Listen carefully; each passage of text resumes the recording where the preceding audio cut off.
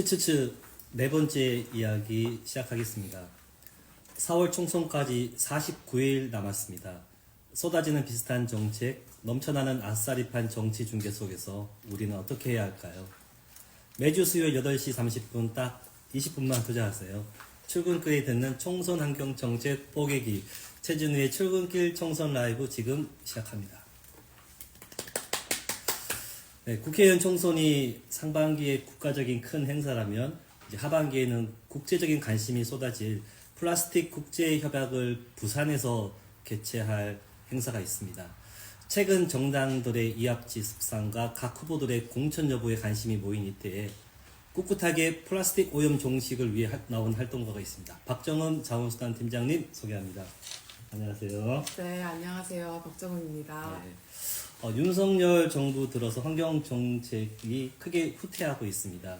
자원순환 분야도 빼놓을 수 없을 것 같은데요. 대표적으로 일회용품 보증금제를 비롯해서 많은 정책들이 후퇴하고 있는데 지금까지 윤석열 정부가 자원순환 분야에서 후퇴시킨 정책들을 좀 소개해 주시죠. 네, 말씀하신 것처럼 이제 일회용컵 보증금제부터 그리고 모두가 일상생활에서 체감하고 있을 일회용품 규제 유예까지 좀 많은 정책들이 이제 후퇴되었는데요. 일단 하나씩 먼저 설명을 드리자면 먼저 일회용컵 보증금제를 설명드릴게요. 일단 일회용컵 보증금제 같은 경우는 윤석열 정부의 10대 국정과제 중 하나였어요. 근데 이 일회용컵 보증금제라는 제도 이름에 나타나 있듯이 이제 음료를 테이크아웃 할 때 이때 보증금 300원을 납부를 하고 이걸 음료를 다 마신 후 컵을 다시 반납하면 300원을 돌려받는 제도입니다. 이 제도 같은 경우는 원래 매장이 100개 이상의 프랜차이즈들을 우선적으로 시행을 한 다음에 이후에 이제 개인 카페와 그리고 모임 카페 그리고 일회용컵을 사용하는 편의점들까지 확대될 예정의 규제였는데요. 이 제도가 등장하게 된 배경을 설명드리자면 일단 보통 일회용컵을 생각하면 재활용이 되게 잘 될 것 같다고 생각하잖아요.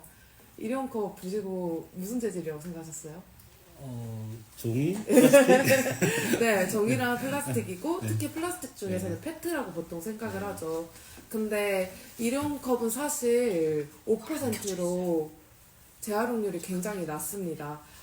왜냐면 이 일회용컵이 이제 딱 봤을 때는 페트 재질일 것 같지만 사실 재질이 굉장히 다르고 예를 들어 일회용컵에 로고가 박혀 있을 경우에 이제 다시 투명하게 재활용하기가 어려워서 재활용이 안 되는 지점이 있는 데다가 동시에 테이크아웃 컵을 이용을 하면은 이제 직접 집에 가져가서 잘 버리거나 하는 경우가 없이 길거리에 무단 투기되는 양이 너무 많아서 제대로 회수되지 못한다는 점 이렇게 문제점들이 있어서 그렇다면 이걸 제도를 마련해서 컵을 표준화시키고 동시에 회수할 수 있는 체계를 만들자 그렇게 재활용을 하자라고 등장하게 된 제도입니다. 그럼 이렇게 제도가 만들어지고 시행을 앞두고 있다가 윤석열 정부 들어서 이게 왜 어떻게 후퇴되었다고 볼 수 있는 거죠? 이게 굉장히 역사가 긴데요. 일단 이 제도는 2020년에 한마디로 윤석열 정부 이전에 6월 9일 자원재활용법 개정안을 공포하면서 이제 법적으로 시행이 정해진 제도입니다. 그래서 2년 동안의 준비 기간을 거쳐서 2022년 6월 10일부터 전국적으로 시행될 예정이었는데요. 근데 일단 준비 기간이 2년이나 있었음에도 이제 정작 시행되는 2022년 6월 10일에 바로 그 시행을 한 달 앞둔 상태에서 환경부가 갑자기 발표를 하게 되죠. 그 내용은 가맹점들에게 부담이 너무 크다 이 제도가 그러니까 12월까지 유예를 하겠다라고 갑자기 6개월을 돌연 유예를 시키고 그러면 이제 6개월 동안 좀 더 준비를 탄탄히 해서 전국 시행을 하려나 보다 했더니 다시 9월에 지금 준비가 안 된 것 같으니 제주랑 세종에 한해서 이제 우선 시행을 하겠다. 한마디로 전국 지역에서 지역을 이제 좁히겠다라고 발표를 하게 된 건데 여기가 또 되게 재밌어요. 왜냐면 굳이 왜 제주랑 세종이냐라는 이야기를 들어보면 제주는 관광객들에 의해서 쓰레기가 너무 많이 발생하고 세종은 공공기관이 많다라는 이유로 이 두 지역을 선정해서 우선적으로 시행을 하게 됩니다. 근데 이거 같은 경우는 문제점이 굉장히 많은 게 이제 박사님도 일회용컵을 이용하실지는 모르겠지만 음료를 보통 이용할 때 걸어 다니면서 이용하니까 지역을 넘나들면서 이용하게 되잖아요.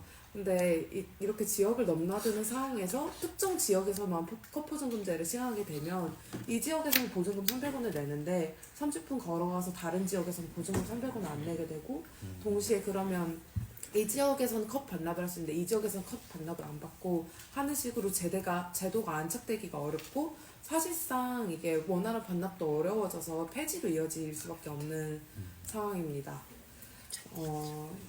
근데 이런 상황에서 일단 굉장히 제주랑 세종은 어쨌든 컵 보증금제를 갑자기 떠안게 되고 이걸 성공시키기 어려웠는데 제주도가 그래도 이걸 성공시켜 보겠다 하고 굉장히 적극적으로 나섰었어요.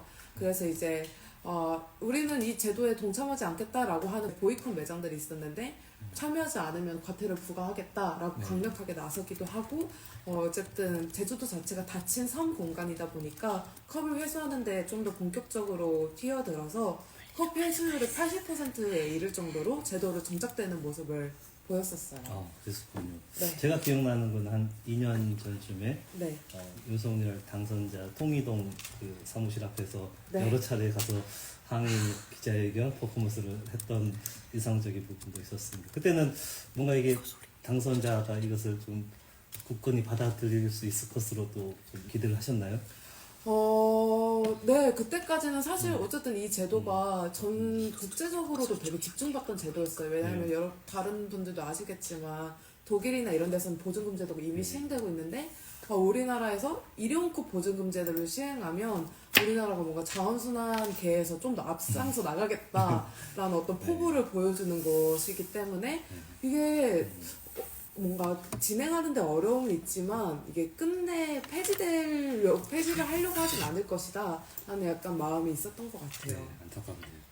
그리고 작년쯤에 공익감사 청구 결과 발표도 있지 않았었나요? 네, 맞아요. 이제 제주도에서 컵 회수율이 80%로 치솟는 것과 함께 마침 딱 타이밍이 좋게 작년 8월 2일에 공익감사 청구 결과도 발표가 됐는데요.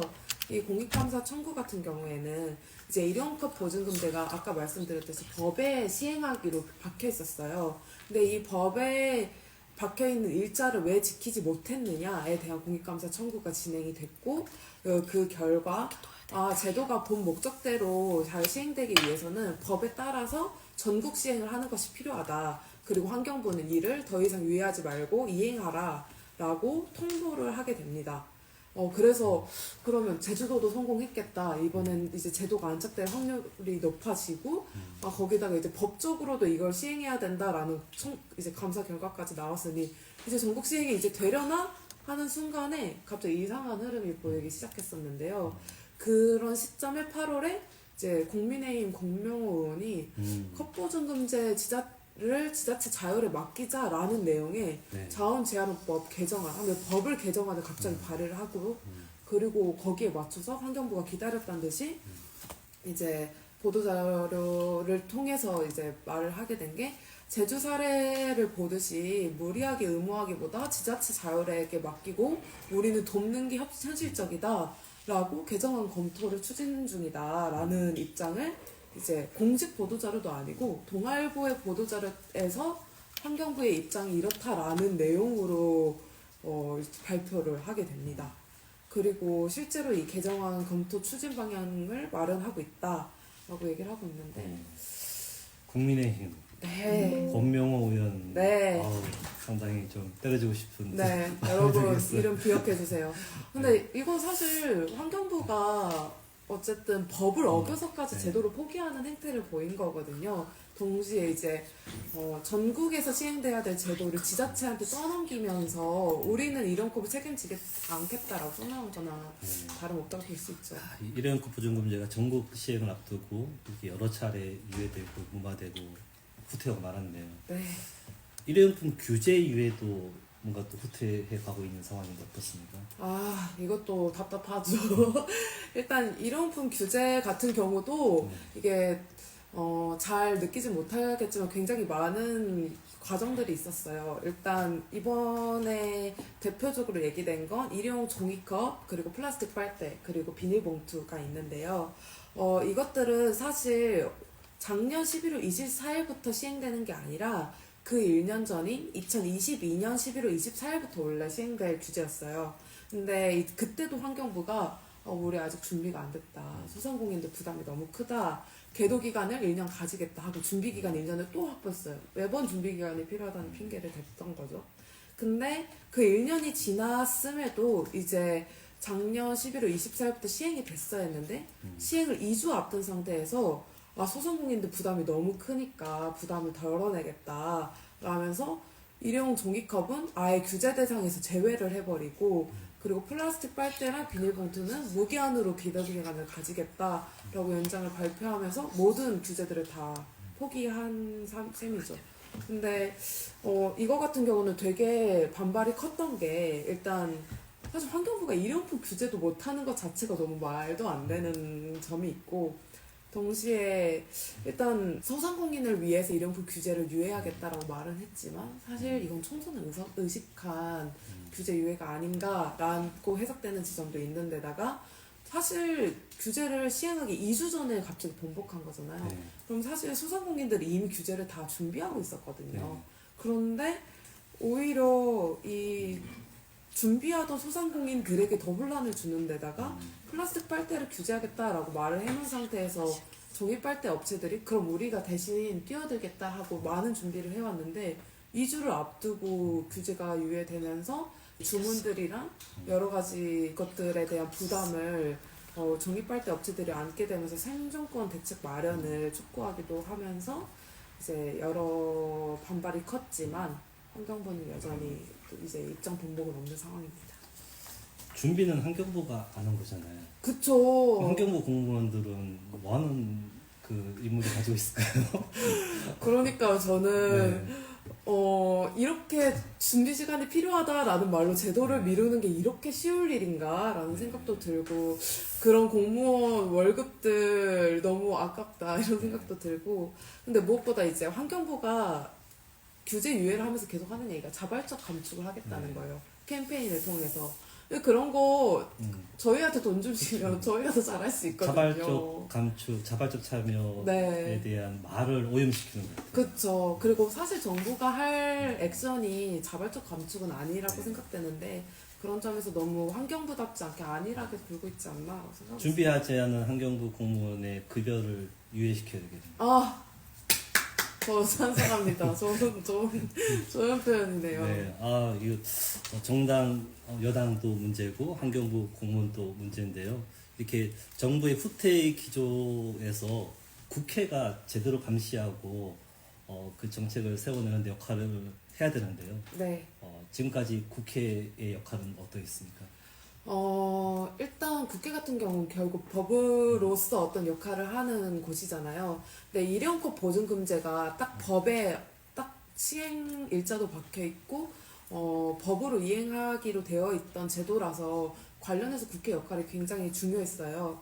근데 대표적으로 일단, 지금 일회용컵 보증금제 제도에서 허점들이 몇 개가 있었는데, 일회용컵 보증금 제도에서 일회용컵을 결국 판매하는 판매자에게 책임이 강화되어야 하는데 프랜차이즈를 대상으로 먼저 시행된다고 했잖아요. 근데 가맹점주들은 본사에서 사실 컵을 사거든요. 그 컵에 로고도 박혀 있겠다. 이제 뭐 슬리브도 끼우겠다. 컵을 본사에게 사기 마련인데 지금 법적으로는 일회용컵을 판매하는 판매자에게 이제 이 대상 사업자로 규정하겠다라고 말을 해놓은 상태라 일회용컵 보증금제에 대한 모든 부담을 사실 가맹점들이 더 많이 하게 되는 건 사실이었고 이거에 대해서 본사는 마치 우리는 모르는 일이야 이건 우리 몫이 아니야 라고 발을 빼는 지점이 있었어요. 근데 이런 점에서 법적으로 가맹본부가 이 책임을 가지고 있다라는 걸 명시할 필요가 있었던 점이 있죠. 가맹본부라고 한다면 뭐 스타벅스 코리아, 뭐 이디야 뭐 회사 네. 그런 회사가 그 역할에 대해서 더 큰 책임과 임무를 가져야 된다는 거죠. 네, 그 브랜드의 본점이 명확히 이 컵을 판매하고 있으니 더 책임을 가져야 된다라는 얘기가 되겠죠.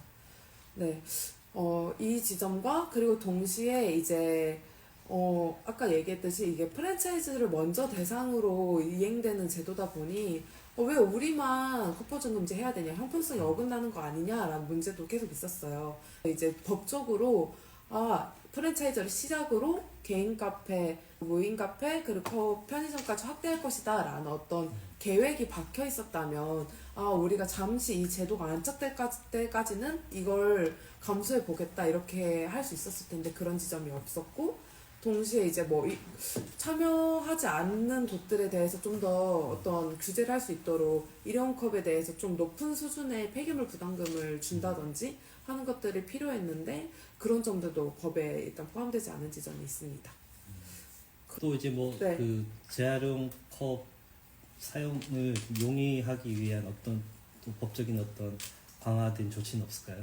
네, 그것도 되게 중요한 지점인데요. 앞에서 얘기했듯이 일단 일회용 컵이 재질이 너무 다양한 지점이 있고 동시에 로고가 박히면 재활용이 안 되는 지점이 있는데, 이거에 있어서 표준 용기로 통일하는 거 굉장히 중요한데, 이 표준 용기로 통일하는 것이 지금 제도에서는 선택할 수 있게 되어 있어요. 근데 이걸 선택하지 않고 무조건 표준 용기로 전환할 것, 그리고 이제 소비자들이 반납이 원활해야 하는데 교차 반납이라고 하죠. 네. 이제 내가 이디야에서 음료를 이용했으면 스벅에서도 반납을 할 수 있게 네. 이렇게 반납이 교차되도록 하는 것이 이제 반납률을 높이게 해주는데, 이게 지금 법적으로 거절할 수 있게 지금 박아놓은 상태이거든요. 이거에 있어서 교차 반납을 거부할 수 있도록 하는 지점을 개정해야 되는 것이 필요했습니다. 그 개정에 대한 어떤 입법도 발의되었었나요? 네, 그게 바로 이제 작년에 21대 국회에서 개정안으로 발의된 바 있는데요. 아직까지 어떤 더 논의가 나아지는 건 없고, 이 지점에 있어서 이제 새롭게 다시 시작할 22대 국회에서 이걸 잘 토스 받아서, 그리고 더 보충해야 될 내용들을 잘 담아서 컵 보증금제가 전국적으로 시행이 될 수 있도록 어떤 법률 개정이 진행될 필요가 있습니다. 발의는 됐는데 논의가 제대로 되지 않았다고 한다면 이것도 권명우 의원이 방해했나요?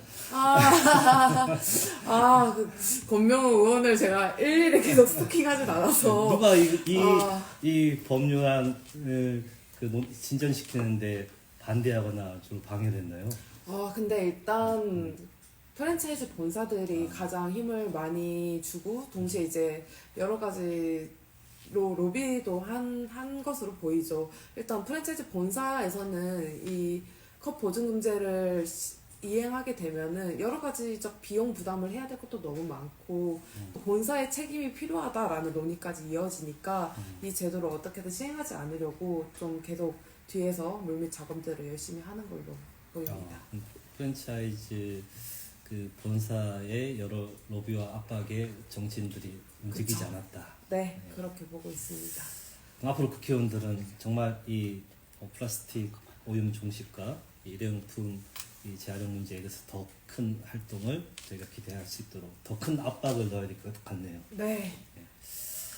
네, 그 플라스틱 국제 협약도 빼놓을 수 없는 것 같은데요. 최근에 국제사회가 탈플라스틱을 위해서 나서게 되었고 국제사회 동향이랄까 좀 최근 분위기를 좀 전해주시죠. 네, 좀 긍정적으로 보고 있는 게 올해 한국이 플라스틱으로 굉장히 뜨거워질 것으로 예측이 돼요. 왜냐면 이제 국제적으로 만들어지고 있는 이 플라스틱 국제협약의 마지막 회의 5차 회담이 부산에서 진행되기 때문인데요. 이제 이 협약 공식 이름은 플라스틱 오염 종식을 위한 법적 구속력 있는 국제협약으로, 이게 2022년에 제5차 유엔 총회 환경총회에서 이제 체결되면서 이제 175개국이 합의하면서 만들어지게 되는 협약입니다. 이게 총 5번의 회의를 거쳐서 협약이 만들어지는데, 이 협약에 있어서 플라스틱 전주기를 다룬다는 점에서 지금 엄청 주목받고 있는데요. 한마디로 협약 구체적인 내용으로 처음 생산 감축에 대한 이야기, 동시에 관리, 재사용을 더 확대할 것, 불필요한 플라스틱을 없앨 것, 오염, 미세 플라스틱, 그리고 해양 플라스틱, 이런 내용들이 다 포괄적으로 들어가 있어서 지금 굉장히 국제적인 규제 흐름과 이어져서 국내에서도 이걸 대응하는 어떤 액션들이 필요하지 않나라고 보고 있습니다. 생산 제한, 감축, 규제, 사용 제한 네. 그런 것이 좀 어느 정도의 목표 수준으로 논의가 되어가고 있나요? 아주 구체적으로 어느 정도 목표로 잡는다라는 논의는 사실 안 되고 있어요. 왜냐하면 총 5번의 회담 중에 지금 3번이 진행이 됐는데 이제 플라스틱을 제조하는 산유국 쪽에서 이걸 반대하기 위한 로비가 굉장히 커서 논의가 굉장히 이제 많이 미뤄진 상태이고 지금 올해 4월에 있을 캐나다에서 진행될 4차 회의와 5차 회의에서 되게 본격적인 논의가 뜨겁게 진행될 예정이라 거기서 좀 더 구체적인 규제와 사용 제한에 대한 논의와 정확히 어떤 것을 어떻게 규제할 것인지에 대한 논의들이 이어질 것 같습니다. 그럼 마지막 회의 11월이 부산에서 최종 결정하는 네, 건가요? 맞습니다. 기대되네요. 네. 그러면 이게 한국이 그 마지막 회담의 개최지를 유치한 거잖아요. 네. 보통 이제 그 국제협약이나 국제회의를 유치하는 거라면 그 나라나 그 개최국이 그러니까 리더십을 발휘하겠다라는 그런 강한 책임도 가지고 있고 뭔가 회담에서 체결된 약속을 이행하기 위해서 많은 예산과 활동을 하겠다고 하는 그런 것도 좀 뽐내야 되는데 그런 역할을 한국 정부가 하고 있나요? 그 점이 정말 답답한데요. 네. 일단 약간 안에서 보면 정말 답답한 일이에요. 왜냐하면 한국 정부가 겉에서는 되게 진보적으로 여러 가지 규제에 동의하고 앞장서 나가는 것처럼 굴고 참여하고 그리고 이렇게 마지막 개최지를 유치해내고 하고 있지만 구체적으로 정확히 입장을 살펴보면 일단 작년 10월에 환경부가 발표한 보도자료가 있어요. 이 보도자료에서는 이제 신재 플라스틱 생산 감축 목표 설정이랑 그리고 유해 플라스틱에 대표적으로 꼽히고 있는 PVC 같은 것에 있어서 이 규제 조항에 대해서 우리는 신중한 접근을 하려고 한다. 라는 이 돌림 표현으로 우리는 생산 감축은 생각이 없다라는 의견을 드러낸 상황이고요. 동시에 이제 생산 감축을 하지 않으면 어떻게 문제를 해결하겠느냐의 예시로 우리는 재생원료 사용과 그리고 열분해 산업으로 이 플라스틱 문제를 해결하겠다라고 말을 했어요. 이건 한마디로 플라스틱을 다 사용하고 난 다음에 재활용으로 네. 더 이상 배출되지 않도록 관리하겠다라고 말을 한 것인데요.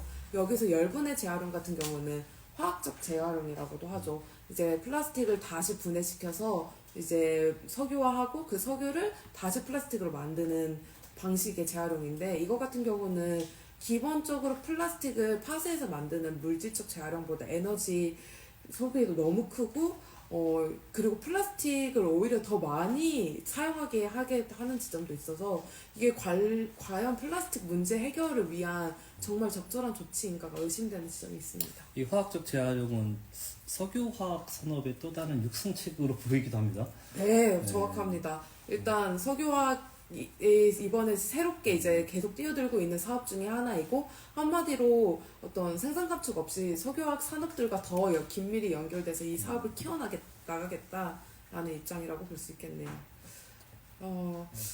플라스틱 협약에서 생산 감축이 필수적일 수밖에 없는데 이런 지점도 이제 다가오는 원래 21대 국회에서 굉장히 이거에 대한 논의들을 많이 충분히 했어요. 왜냐면 이게 법적인 규제와 이어지는 내용이니까요. 그래야만 이제 국내에서 여러 가지 대응이 펼쳐질 수 있었을 텐데 이거에 있어서 이제 새로운 22대에서 좀 더 많은 관심을 가지고 논의를 펼쳐나가길 바라고 있습니다. 그 플라스틱 국제협약이 11월에 있고 네. 그리고 세계 지질과학 총회가 올해도 8월 말에 맞아요. 부산에서 열리는데 이 새로운 지질 세대로서 이제 인류세를 선언할 그런 예정이 있고요. 또 우리 가덕도 신공항 공사 착공도 올해 또 예정돼 있더라고요. 올해 부산이 뜨거워질 것 같습니다. 네, 여러분 올해 부산에 많이 집중 부탁드립니다. 우리는 서울한테 매달리지만 부산에 집중 부탁드립니다. 네, 뭐 시간이 많이 지났지만 한 가지 좀 더 짚어보도록 하겠습니다. 이제 선거철이잖아요. 네. 선거철만 되면 또 쓰레기들이 많이 나옵니다. 각종 그 벽보와 정책 유인물 그리고 현수막. 네. 이 현수막이 참 문제기도 한데요.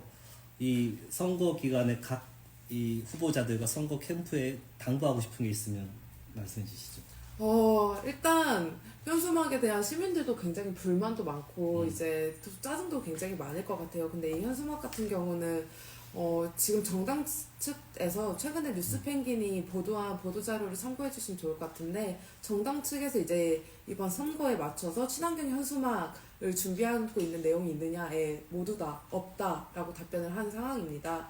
이제 2022년 5개 광고물법이 개정되면서 이제 현수막이 무허가 무신고로 엄청 많이 쏟아질 수 있게 되었다가 바로 지난 1월 12일에 다시 법이 개정돼서 읍면동 2개 이하로 개수가 제한된 지점이 있지만 선거 현수막 같은 경우는 또 이번에 많이 쏟아질 것으로 예측되고 이런 지점에 있어서 국회에서 물론 자기들이 국회의원이 되고 싶다면 많이 홍보해야겠다라는 생각이 들겠지만 그럼에도 자원순환을 생각해서 법적인 규제들에 대한 논의와 준비가 필요하지 않을까 보고 있습니다.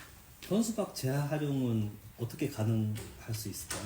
현수막 같은 경우는 사실 거의 재활용이 안 된다고 봐야 해요. 왜냐면 플라스틱 재질인데 실제로 그 선 현수막 자체들이 실제로 굉장히 뭔가 재질상 그 재활용이 되게 어려운 지점이 있고 보통 재활용이라고 말을 하지만 뭐 파우치를 만든다든지 하는 식으로 지자체에서 이 현수막을 수거해서 다른 제품으로 만들어내는 활동들을 했는데요. 그 예쁘지도 않은 현수막을 그렇게 파우치를 만들었을 때 사용률도 너무 낮고 이런 점에서 사실 사용 자체를 감축하는 게 좀 필요해 보입니다.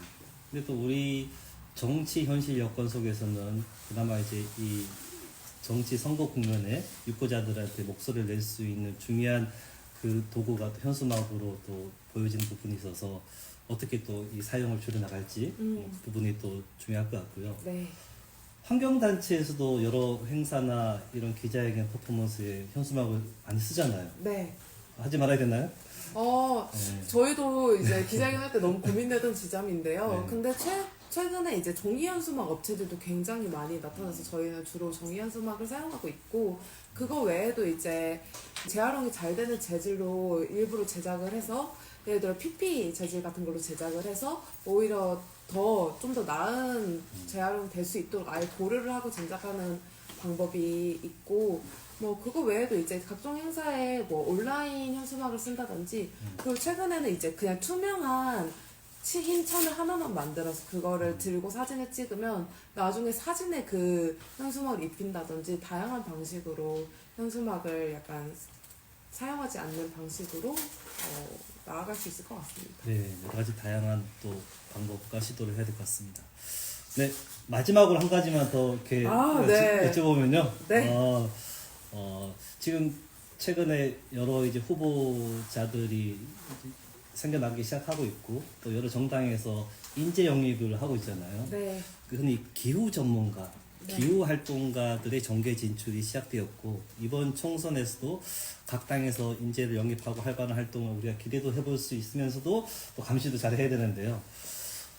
진짜 쓰레기 전문가, 또 자원순환 활동가의 정계 진출에 대한 뭐 고려 또는 거기에 대한 뭐 좀 준비는 또 어떻게 또 생각하시는가요?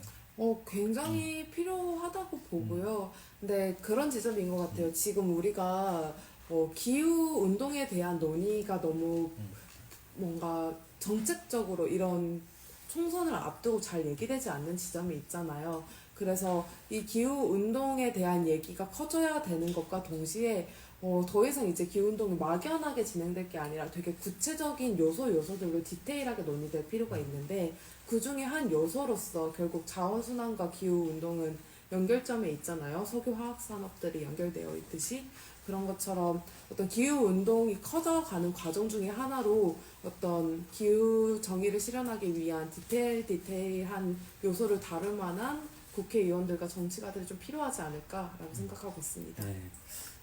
뭐 너무 늦지 않게 쓰레기 국회의원도 나왔으면 좋겠습니다. 네, 정말 바라고 있습니다. 네. 혹시 마지막 한 말씀 더 남길 얘기가 있을까요? 여러분 앞에서 얘기했던 일회용컵 보증금제 같은 경우는 이제 서울환경연합 쓰레기대학 유튜브에서 더 자세한 내용을 많이 다루고 있고 일회용품 규제도 다루고 있으니까요. 혹시 오늘 내용에서 좀 더 이해가 안 가거나 더 다른 내용들이 궁금하다 하시면 그 컨텐츠 참고해 주시면 좋을 것 같습니다. 네. 총선이 앞으로 49일 남았습니다. 점점 정책에 관한 이야기가 사라지고 각 정당들 간의 이합 집산과 공천 경쟁이 난무해지는 요즘이죠. 서울환경연합은 앞으로 중요하게 생각하는 환경 정책을 계속 소개하고 해설할 거고요. 오늘 박정은 자원순환 팀장님 아주 멋지고 근사한 얘기 잘 들었습니다. 감사합니다. 총선에 나올 후보자들은 우리의 얘기를 좀 더 귀 기울여 주시고요. 이 여러 정책 제안과 우리가 논의하는 사항들을 잘 실천해 주시길 당부드립니다. 다음 주 수요일 아침 8시 30분 출근길에 다시 만나겠습니다. 안녕히 계세요.